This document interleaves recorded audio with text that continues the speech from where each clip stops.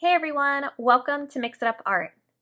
Today we are going to be making this cute, relaxing marshmallow in a cup of hot chocolate using real cocoa powder to paint with so it smells like real hot chocolate. To get started, you're going to get a sheet of white construction paper and I want you to hold it portrait style so that it's longer up and down than it is side to side. As always, you guys are going to start with a pencil, but I'm just going to start right away with a Sharpie.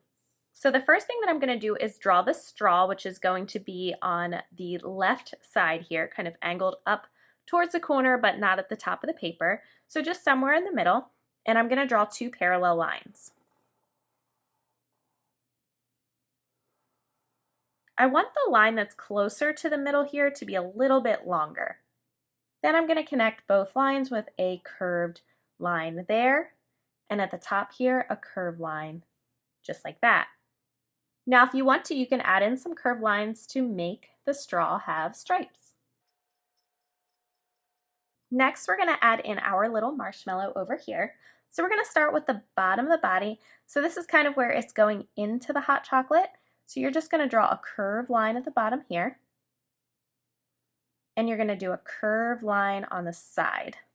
Now what we're going to do is draw the arms. So you're going to draw two parallel lines here, going out from the side, a curved line at the top, and then a teeny little curved line at the bottom, just to kind of make it look like one of those tiny little marshmallows. And then you're going to do another arm, kind of going at the same angle here.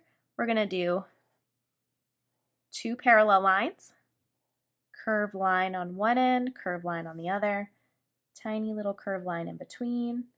And now we can add in kind of the rest of the body around it, just like that. So now that we have the body done, we are going to draw the head. So I would like you to start with the bottom of the face, just drawing a curved line. We'll connect the body. And then we're going to draw two parallel lines going up, a curved line at the top, a curved line here for it to look 3D, and then we can add in our face. So you guys can add in whatever face you want. I'm going to add in a little girl smiling, so she's got eyelashes and a smiley face, but you guys can make it however you want. Now what we're going to do is add in this line for the hot chocolate. So I'm going to do a curved line that goes a little bit up from the bottom of that straw. So I'm going to go up a little bit. Same thing, I'm going to connect it up a little bit from the side of the marshmallow, just like that. And then we're going to turn it into an oval for the hot chocolate. Now what we need to do is add the sides of the cup. So here, I'm going to add a curved line going just underneath the arm, kind of following that same shape. I'm not going to go through the straw. I'm going to leave a gap and then reconnect on the other side of the straw, curve it down around. Same thing over here, just about where the arm is, curving down around. Now here, I'm going to angle it in a little bit with some straight lines.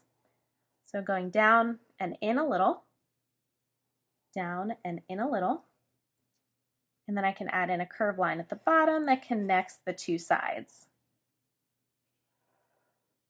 And we need a handle, so I'm going to draw my handle kind of like a half of a heart, curved line that goes in, another curved line here, just like that, and we're almost done. Then we're just going to add in our table. So you want to make sure to add in a line that goes across but not through the cup. So you do a line here, going through, and then to the other side. So you have your table separated from your sky, which is your horizon line. So now we're ready to start painting. We're going to start with the fun part. So you're going to get some baking cocoa as well as some water and a teaspoon. So I'm using half a teaspoon for this one, but you guys will have a whole teaspoon for when you're making yours. So I'm going to get my half a teaspoon here, which is going to be a whole teaspoon for you guys. So just one, and then 2 scoops of the water. Now this takes a little while to mix up, so be patient. But take your paintbrush and mix it up as best as you can.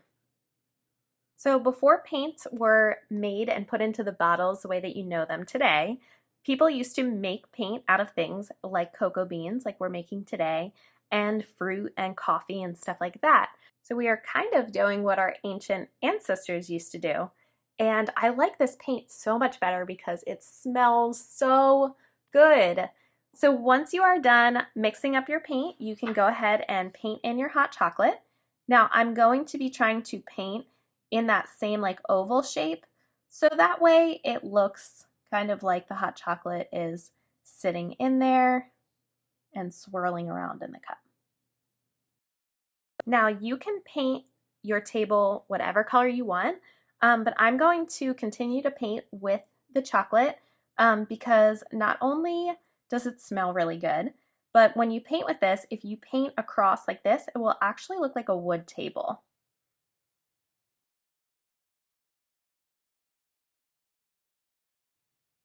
All right, so now that my table is done, I'm going to wash my paintbrush and get some of my tempera cakes. So you guys can use either tempera cakes or you can use watercolors to paint in the rest of your picture. I'm going to be painting the background orange and yellow. So I'm starting at the bottom towards the table with the orange, and then I will gradually turn it into yellow by blending the colors in the middle and then painting the top all yellow. If you added some stripes into your straw, don't forget to paint them in as well. Now what I want you to do is paint in your cup whatever color you want, and then we're going to go back and add some shadows to it to make it look a little bit more 3D. So I'm going to be painting my cup blue since my background is orange, and blue and orange are complementary colors, so they look really good next to each other. It helps the colors pop out. All right, so now that my cup is painted in, we're going to have a quick lesson on using colors as shadows because we don't have any black paint here. And I actually want you guys to kind of experiment with this. So I painted a color wheel here. And I'm sorry, my paper's all wet now. And what this kind of represents is which direction you'll be traveling to add in your shadow. So shadows, for the most part, are going to be shades of blue. So you want to be traveling towards that blue if you're next to it. So green will go to blue, purple will go to blue. Everything else, if you start kind of separate between the green and the yellow, everything from yellow just rotates counterclockwise. So yellow would get a shadow of orange, orange would get a shadow of red, red would get a shadow of purple, purple would get a shadow of blue. But remember, here, this is going to rotate this direction. So green is also going to get a shadow of blue. Now, my cup is blue, so what do I do? And my table is brown, so what do I do? When in doubt, use blue because this is your shadow color, okay? So even though I have blue, I'm going to make a darker blue by using less water and adding a second coat and adding in my shadow of blue. Same thing for my table. I'm just going to add in a little bit of a shadow of blue onto the table since I'm using brown. So real quick, this is how you are going to use it. I'm going to get some blue first, not very dark, and I'm just going to place it underneath the cup and extend it out a little bit past underneath the handle.